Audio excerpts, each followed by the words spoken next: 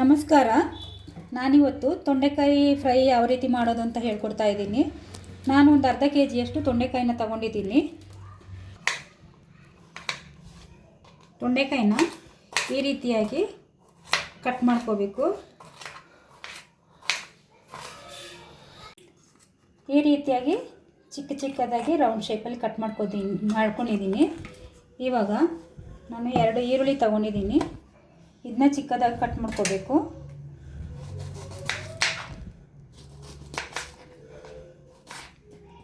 ಈ ರೀತಿಯಾಗಿ ಕಟ್ ಮಾಡ್ಕೋಬೇಕಾಗುತ್ತೆ.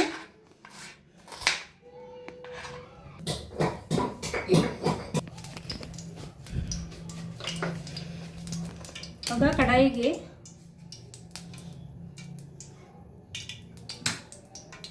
ಎಣ್ಣೆ ಹಾಕಿ ಬಿಸಿಯಾಗಿದೆ. ಕರಿಬೇವು, ಈರುಳ್ಳಿ, ಜಜ್ಜಿರೋ ಶುಂಠಿ ಮತ್ತು ಬೆಳ್ಳುಳ್ಳಿ ಇಷ್ಟನ್ನು ಹಾಕಿ ಚೆನ್ನಾಗಿ ಫ್ರೈ ಮಾಡ್ಕೋಬೇಕು. ಎಣ್ಣೆ ನಮ್ಗೆ ಎಷ್ಟು ಬೇಕೋ ಅಷ್ಟು ಹಾಕೋಬೋದು. ನಾನು ಹೆಚ್ಚಾಗಿ ಬಳಸೋದಿಲ್ಲ.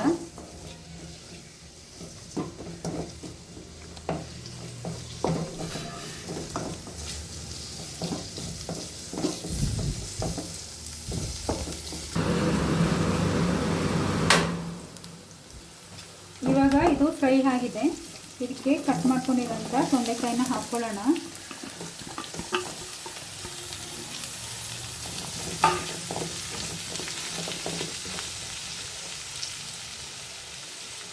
ರುಚಿಗೆ ತಕ್ಕಷ್ಟು ಉಪ್ಪು ಹಾಕಿ ಇದನ್ನು ಮುಚ್ಚಳ ಮುಚ್ಚಿ ಬೇಯಕ್ಕೆ ಬಿಡಬೇಕು.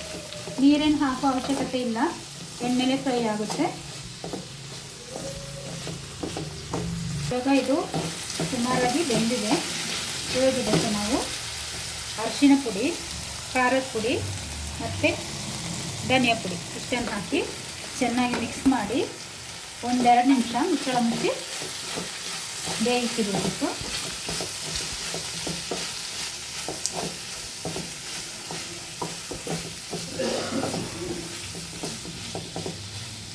ಬೇಕಿದ್ದರೆ ಕಾಯಿ ತುರಿ ಸೇರಿಸ್ಕೋಬೋದು, ಅದು ಆಪ್ಷನಲ್ಲು. ಮುಚ್ಚಳ ನಾನು ಇದಕ್ಕೆ ಒಂದು 2 ಸ್ಪೂನಷ್ಟು ತೆಂಗಿನ ತುರಿಯನ್ನು ಹಾಕ್ತಾಯಿದ್ದೀನಿ. ತೊಂಡೆಕಾಯಿ ಆರೋಗ್ಯಕ್ಕೆ ತುಂಬ ಒಳ್ಳೆಯದು. ವಾರಕ್ಕೊಮ್ಮೆಯಾದರೂ ಇದನ್ನು ಉಪಯೋಗಿಸೋದು ತುಂಬ ಒಳ್ಳೆಯದು. ಡಯಾಬಿಟಿಸ್ ಇರೋರಿಗೆ ಮತ್ತು ಇದರಲ್ಲಿ ನಾರಿನಂಶ ಜಾಸ್ತಿ ಇದೆ. ಹಾಗಾಗಿ ದೊಡ್ಡವರಿಂದ ಹಿಡಿದು ಮಕ್ಕಳವರೆಗೆ ಎಲ್ಲರೂ ಇದನ್ನು ಉಪಯೋಗಿಸಿದ್ರೆ ತುಂಬ ಒಳ್ಳೆಯದು. ಒಂದು 5 ನಿಮಿಷ ಮುಚ್ಚಳ ಮುಚ್ಚಿ ಚೆನ್ನಾಗಿ ಬೇಯಿಸಿಬಿಟ್ರೆ ತೊಂಡೆಕಾಯಿ ಫ್ರೈ ರೆಡಿ ಆಗುತ್ತೆ. ಇದು ರೆಡಿಯಾಗಿದೆ. ಕೊನೆಯಲ್ಲಿ ಕೊತ್ತಂಬರಿ ಸೊಪ್ಪು ಉದುರಿಸಿದ್ರೆ ರುಚಿಯಾದ ಬೆಂಡೆಕಾಯಿ ಫ್ರೈ, ತೊಂಡೆಕಾಯಿ ಫ್ರೈ ಇವಾಗ ಇದು ರೆಡಿಯಾಗಿದೆ.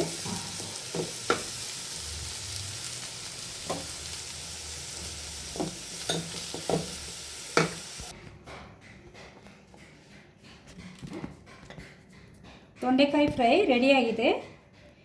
ಈ ವಿಡಿಯೋ ನಿಮಗೆ ಇಷ್ಟ ಆಗಿದರೆ ಲೈಕ್ ಮಾಡಿ, ಶೇರ್ ಮಾಡಿ, ಸಬ್ಸ್ಕ್ರೈಬ್ ಮಾಡಿ. Thank you.